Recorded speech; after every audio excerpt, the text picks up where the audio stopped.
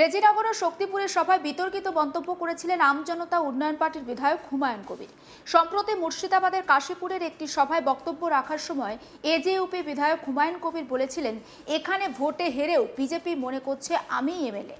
আমি শুভেন্দু অধিকারীকে সেদিন বলেছি যে আপনি ভোটে জিতেছেন, আপনার দল জিতেছে, খুব ভালো কথা, কিন্তু মুর্শিদাবাদে আস্ফলনটা একটু কম করতে বলেন। আমি যেদিন ময়দানে মুসলমানদের নিয়ে নেমে যাব না, সেদিন এমন সাটা ভাঙা মার্চ শুরু করব যে আপনাদের পতাকা বহন করার লোক থাকবে না। হুমায়ুনের সেই বক্তব্যে শোরগোল ফেলে দেয় রাজ্য রাজনীতি। সোমবার 29শে জুন বিধানসভায় হুমায়ুন কবিরকে কড়া ভাষায় বক্তব্য করে দেন রাজ্যের মুখ্যমন্ত্রী শুভেন্দু অধিকারী। শুভেন্দু সাফ বলেন, এনাফ ইজ এনাফ, সময় এসেছে এই ধরনের লোককে সবক শেখানোর। এমনকি দুটো এফআইআর হয়েছে বলেও জানান শুভেন্দু অধিকারী। এখানেই শেষ নয়, তিনি নিজে মুর্শিদাবাদে যাবেন বলেও জানিয়েছেন মুখ্যমন্ত্রী আরও বলেন, প্রথমে আয়োজকদের তোলা হবে, পরে হুমায়ুন কবিরের কাছে যাবে পুলিশ। মুখ্যমন্ত্রীর এই বক্তব্যের পরেই কড়া পদক্ষেপ করে পুলিশ। এই সভার আয়োজকদের মধ্যে থাকা 3 জনকে গ্রেপ্তার করা হয়েছে। রেজিনগর থানার পুলিশ আমজনতা উন্নয়ন পার্টির অঞ্চল সভাপতি গোলাম শেখকে সোমবার গভীর রাতে তার বাড়ি থেকে গ্রেপ্তার করে। একই মামলায় আমিনুল হককেও গ্রেপ্তার করেছে পুলিশ। অন্যদিকে শক্তিপুর থানা এলাকা থেকে আমজনতা উন্নয়ন পার্টির সহ সভাপতি আনিসুর রহমানকে গ্রেপ্তার করেছে শক্তিপুর থানার পুলিশ। ধৃত 3 জনকেই মঙ্গলবার 30শে জুন বহরমপুর আদালতে তোলা হয়। আর সমস্ত বিষয়টা নিয়ে আমার কলিগ সব্যসাচী ব্যানার্জির একটি রিপোর্ট আপনাদের জন্য। বিধানসভাতে মুখ্যমন্ত্রী শুভেন্দু অধিকারী গুন্ডা দমন বিল পেশ করেছেন এবং গুন্ডা দমন বিলের পক্ষে ভোটও পড়েছে, বিপক্ষেও ভোট পড়েছে। আর এই বিল পাশ করার পরেই কিন্তু জেলা জুড়েই চলেছে গ্রেপ্তারির পরোয়ানা।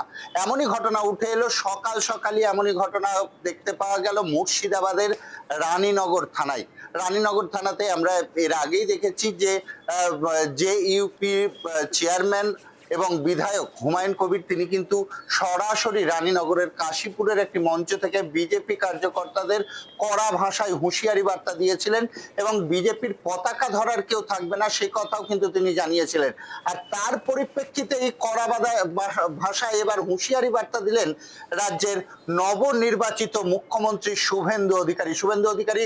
কড়া ভাষাতেই তিনি জানান যে পূর্বের মুখ্যমন্ত্রী তিনি নন, তিনি কিন্তু শক্ত হাতেই দমন করবেন এবং হুঁশিয়ারি বার্তাও দেন হুমায়ুন কবিরকে।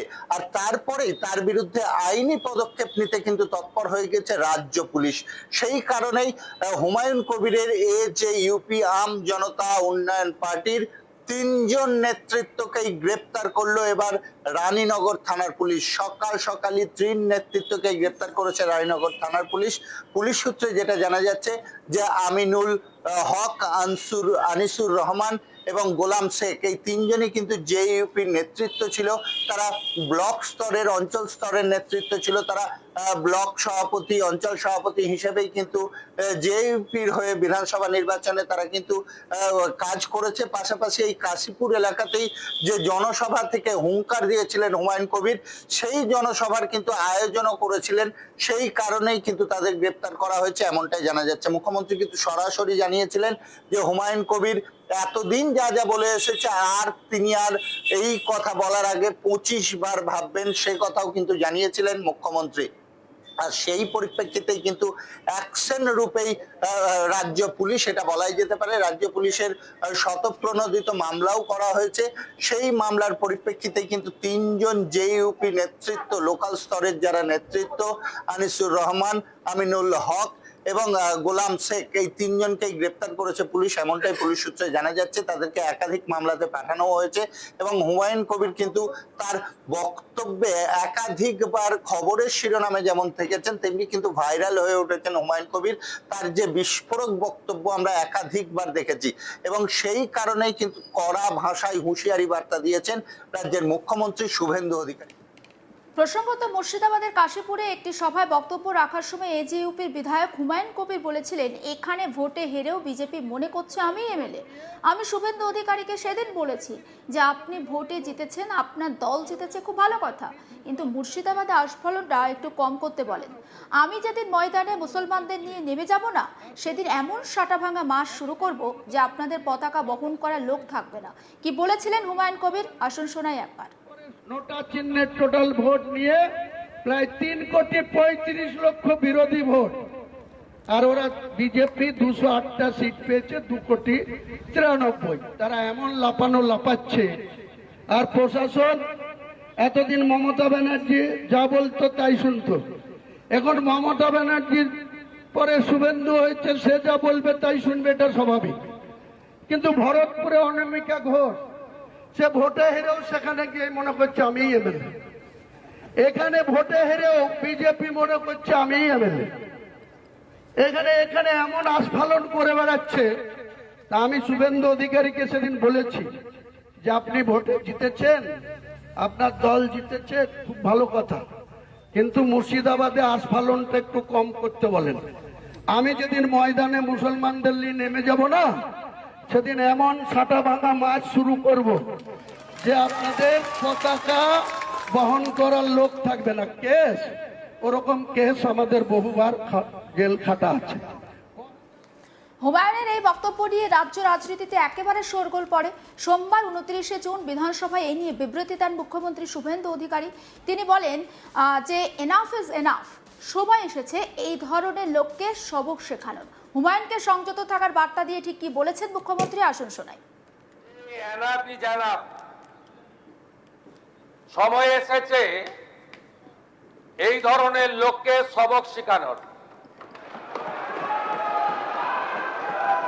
আপনাকে আমি পরিষ্কার বলছি, মমতা ব্যানার্জি মুখ্যমন্ত্রী নন। আপনি দুর্বল মুখ্যমন্ত্রী পেয়ে যা খুশি করেছেন, যা খুশি বলেছেন। আমি আপনাকে বলে গেলাম, আমরা দুটো এফআইআর স্টার্ট করেছি।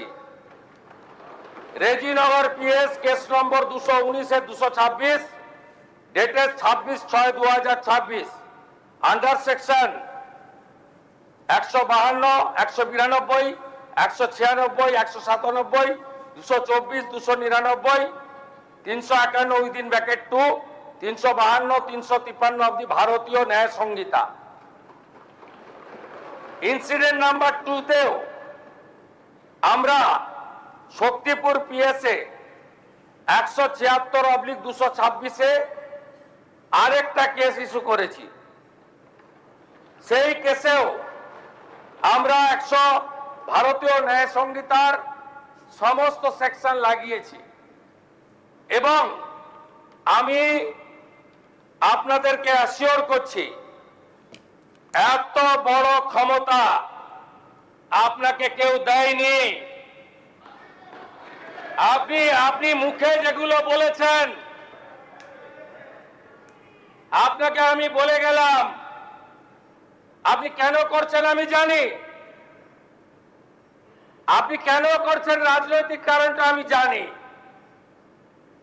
আপনার এজেন্ডা 2 ছিল। 1 এজেন্ডা, ভরতপুর, রেজিনগর, নওদায় সব নির্বাচিত পঞ্চায়েত যে দলেরই হোক ভেঙে আপনার পার্টিতে নিয়ে যাওয়া। সমস্ত আপডেট পৌঁছে দেবো আপনাদের কাছে, নজর রাখুন। আজ তাক বাংলায় সাবস্ক্রাইব করতে ভুলবেন না।